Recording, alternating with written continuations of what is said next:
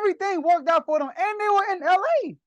But guess what? We still won because we are the best. We have the best offense in the NBA.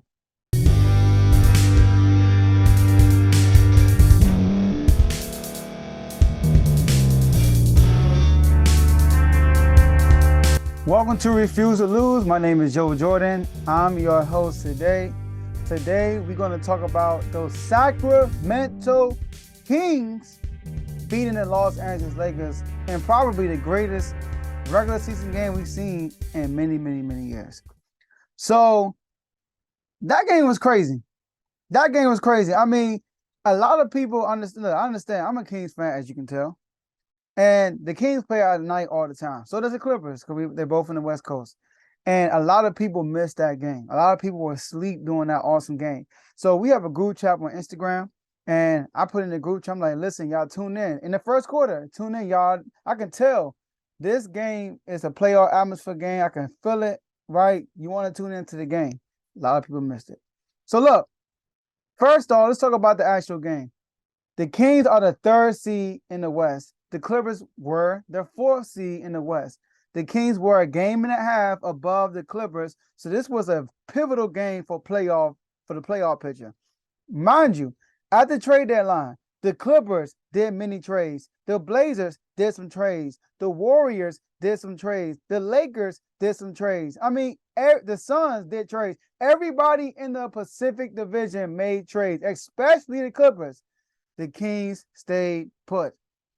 Coming into the season, a lot of people already didn't believe in the Kings, say we won't make the playoffs. Some people say we might make the play-in and get bounced. I called it. I said we will be a top 6 seed. I did not say that we would be a 3rd seed. They went past my expectations, which I'm loving. A lot of people didn't believe us then. Made through the season, we get caught to the 3rd seed. People still didn't believe us.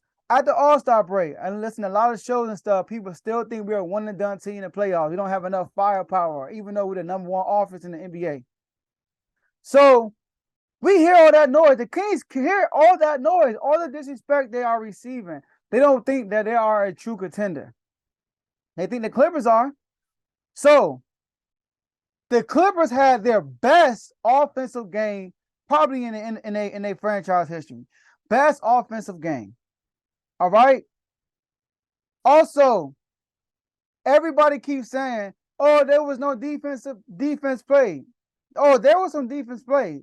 The Kings played excellent defense. The Clippers were just hot. I'm going to explain. So this is a statement. Make sure y'all stay on and listen. I'm going to explain what I mean by that.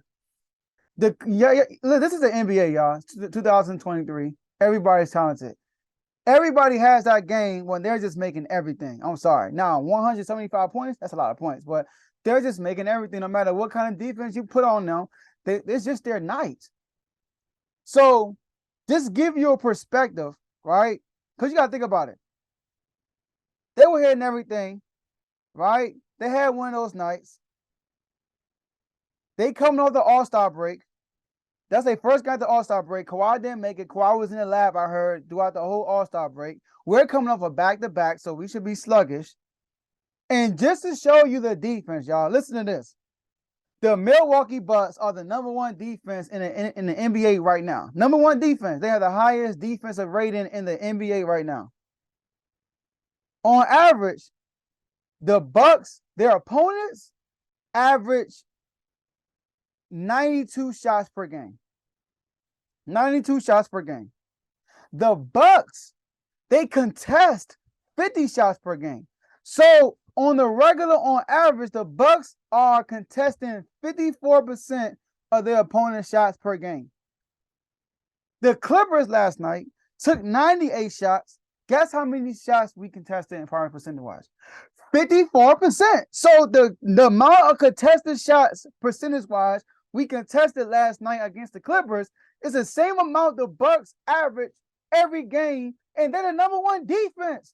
So defense was played, but like I said, they were just making tough shots. You watch Kawhi Leonard. Kawhi Leonard was hitting tough shots. And then us, we actually had good looks, open layups, wide open threes. I mean, we actually looked like a great offensive team and made them look bad defensively. We took 111 shots. We took more shots. We took 13 more shots than they did. But yet, We contested 54% of their shots. They contested 45% of our shots. So we had a lot more wide open shots than they had. So clearly defense was played on our end, the Kings end. They just had a historic night. Everything went well for them. Kawhi had 44, right? They made a franchise record in 3 points made with 26. They shot 60% from the field. They had 9 players play more minutes than Sabonis because, but not they. The whole game, there were 9 more players that had more minutes than Sabonis because Sabonis didn't foul trouble the whole game. He ended up fouling out. Everything worked out for them, and they were in LA. But guess what? We still won because we are the best. We have the best offense in the NBA. The best offense. So we played great defense. The Clippers overshadowed that by playing their best game in franchise history, and we still beat them. We won the turnover battle, 25-15. We forced 25 turnovers, they only forced 15. Fast break, 41-27. Points in the paint, 88-40. Like I said, we had 88 paint points. We was getting easy buckets, 88-48. Fox had 42, Malik Monk had 45. The reason why I'm so excited, because the Kings have been getting the respect all year.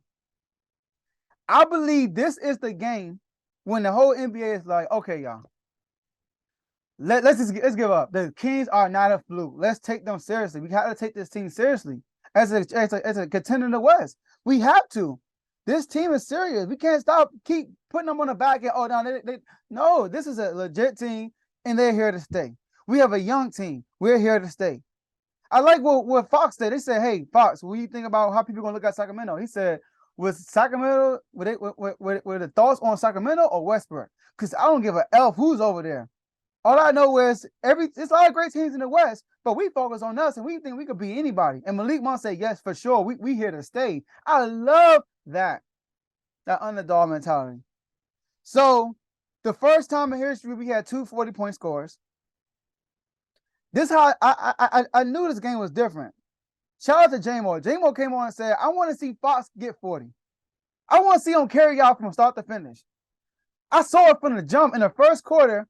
Fox normally gets subs out with 6 minutes left in the first quarter. 3 minutes left in the first quarter. Fox back in the game because the game was getting out of hand. And Mike Brown was like, he told the play it's going to be a playoff atmosphere. I know a lot of y'all haven't been to the playoffs before, but it's going to be a playoff atmosphere and it's going to be a different game. And this is going to really truly show us who we are. And when they showed up and they showed out. So this is not a fluke, y'all. The Kings are not a fluke. The Kings got to be respected. Put some respect on their name, y'all. Don't take it for granted. This is a really good team being coached by a really good coach. Mike Brown is hands down the coach of the year, y'all. And De'Aaron Fox, guys, when we make these point guard rankings, we got to mention De'Aaron Fox because De'Aaron Fox is by far has been the best two-way point guard in the NBA. Best two-way point guard in the NBA. There are games he took over defensively, and there are games he took over offensively. He is the clutchest player in the NBA right now by a mile. He's going to win the Jerry West Award. Put some respect on his name. That's why we've been killing him all these years. He's never played with a co-star. He's never played with shooters around him. You finally put that around him, and they're the 3rd seed in the West. So, shout out to the Kings. Like the beam. That's all we have for you today, and we'll see you at the next episode.